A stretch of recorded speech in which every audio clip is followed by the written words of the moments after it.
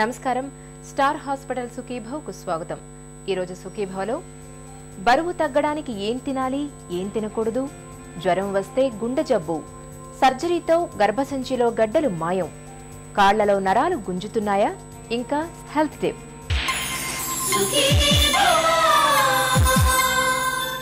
ఉండాల్సిన దానికన్నా బరువు ఎక్కువగా ఉన్నామని తెలిసినప్పుడు మనలో చాలా మంది బరువు తగ్గడానికి రకరకాల ప్రయత్నాలు చేస్తూ ఉంటారు.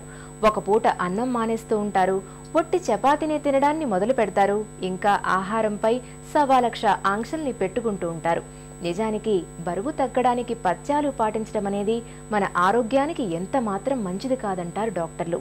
బరువు తగ్గడానికి ఏం చేయాలో, ముఖ్యంగా ఏం తినాలో, ఏం తినకూడదో, ఎలాంటి ఆహార నియమాలు పాటించాలో ఇప్పుడు తెలుసుకుందాం.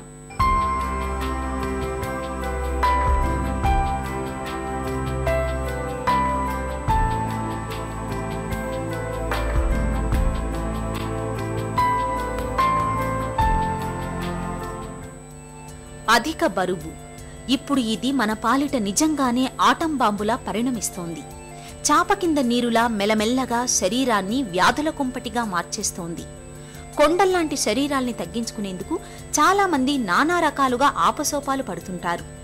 బరువు ఎక్కువగా ఉన్నామని తెలిసినప్పుడు చాలా మంది మొదటగా తిండిని తగ్గిస్తారు. మరి తిండి తగ్గిస్తే నిజంగానే బరువు తగ్గుతామా? అసలు ఈ నమ్మకంలో నిజమెంత? రకరకాల డయట్ల గురించి, తర్వాత ఆ డయట్లు ఫాలో చేస్తే సన్నబడిపోతామని, 7 రోజుల్లో లేకపోతే 10 రోజుల్లో 3-4 కిలోలు తగ్గిపోవచ్చని చాలా మనం వింటూ ఉంటాము. ఇవన్నీ నిజమా కాదా అని గనక మనం పరిశీలిస్తే బాడీ అనేది దానికంటూ ఒక మెకానిజం ఉంటుందండి. ఖచ్చితంగా వెయిట్ తగ్గాలన్నా పెరగాలన్నా ఒక క్రమ పద్ధతిలో జరిగితేనే అది కరెక్ట్గా ఉంటుంది. ఫర్ ఎగ్జాంపుల్, ఇప్పుడు జనరల్ మోటార్స్ డయట్ అని ఒక డయట్ ఉంటుంది. అంటే 7 రోజులు ఒకరోజు కూరగాయలు తీసుకోవాలి, ఒకరోజు ఫ్రూట్స్ తీసుకోవాలి, ఒకరోజు అలా అని రకరకాలుగా ఉండి లాస్ట్లో 4-5 కిలోస్ తగ్గిపోతామంటే మీరు ఒక్కసారి ఊహించుకోండి, అసలు బాడీలో ఒక రోజుకి మనకు కావాల్సిన శక్తి ఎంత అంటే 2000 క్యాలరీస్ వరకు అనుకోండి. అలా మనం 7 రోజులు తినకపోతే కూడా 7,500 క్యాలరీలు వరకే తగ్గుతుందన్నమాట. సో 7,500 క్యాలరీలు అనేది 1 కిలో. సో ఒక రోజంతా కూడా ఏం తినకుండా 7 రోజుల పాటు అలా తినకుండా ఉంటే తప్పితే మనకు 1 కిలో లాస్ అనేది జరగదు. సో ఇలాంటి డయట్స్ మూలంగా జరిగేది ఏంటి, అలాంటి వెయిట్ లాస్ మంచిదేనా అని గనక అడిగితే డెఫినెట్గా ఇలాంటి డయట్స్ మంచివి కావు. ఇలాంటి వెయిట్ లాస్ కూడా మనకు కరెక్ట్గా వర్కౌట్ అవ్వదు. అధిక బరువు, స్థూలకాయం అనేవి మన శరీరాన్ని వ్యాధుల కుంపటిగా మార్చడమే కాదు, 10 ఏళ్లకు పైగా జీవితకాలాన్ని కూడా హరిస్తున్నట్లు బ్రిటన్లో జరిగిన ఒక తాజా అధ్యయనంలో పరిశోధకులు గుర్తించారు. తిండిని తగ్గించడం, ఒక పూట మానేయడం వల్ల ఎంత మాత్రం బరువు తగ్గరు. పైగా శరీరానికి సరైన పోషణ లభించక లేనిపోని సమస్యలు వచ్చి పడతాయి. అయితే క్రమబద్ధమైన ఆహార నియమాలను పాటించడంతో పాటు బరువు తగ్గడానికి వీలుగా రోజువారీ ఆహారంలో ప్రత్యేకమైన జాగ్రత్తలు తీసుకోవాలి. అప్పుడే బరువు తగ్గే అవకాశం ఉంటుంది.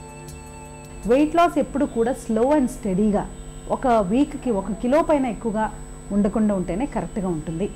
సో ఈ డయట్స్ అన్ని ఏం చేస్తాయంటే బాడీలో ఉన్న వాటర్ కంటెంట్ని తగ్గిస్తూ ఉంటుంది.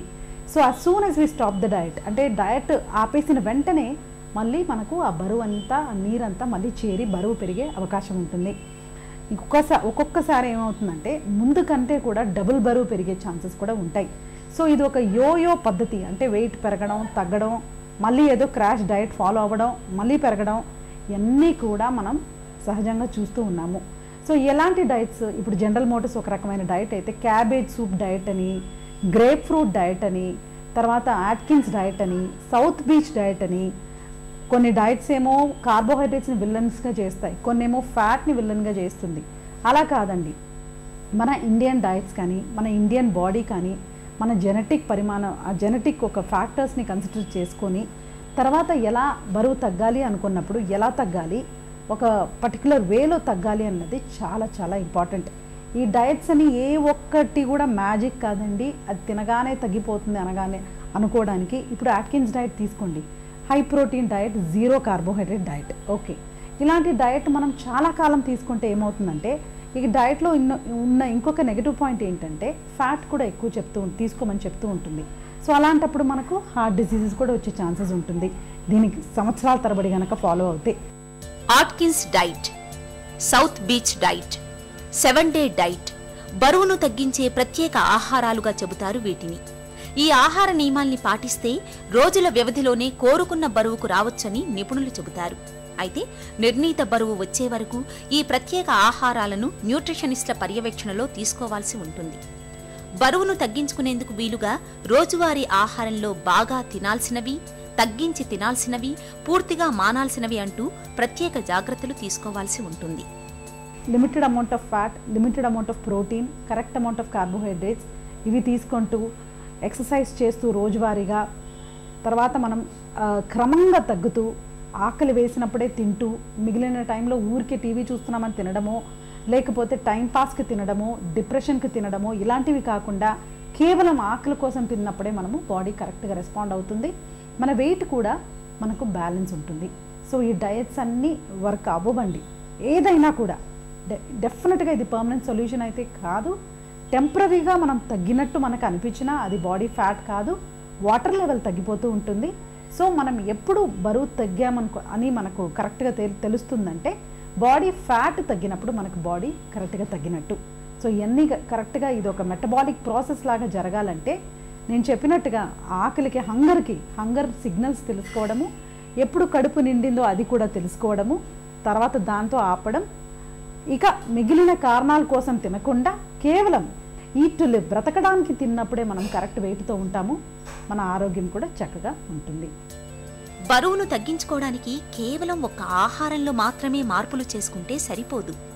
ఆహారంతో పాటు వ్యాయామం, అవసరమైతే మందులు, జీవనశైలిలో మార్పులు, ఇలా అన్ని రకాలుగా తగిన ప్రయత్నాలు చేయాలి.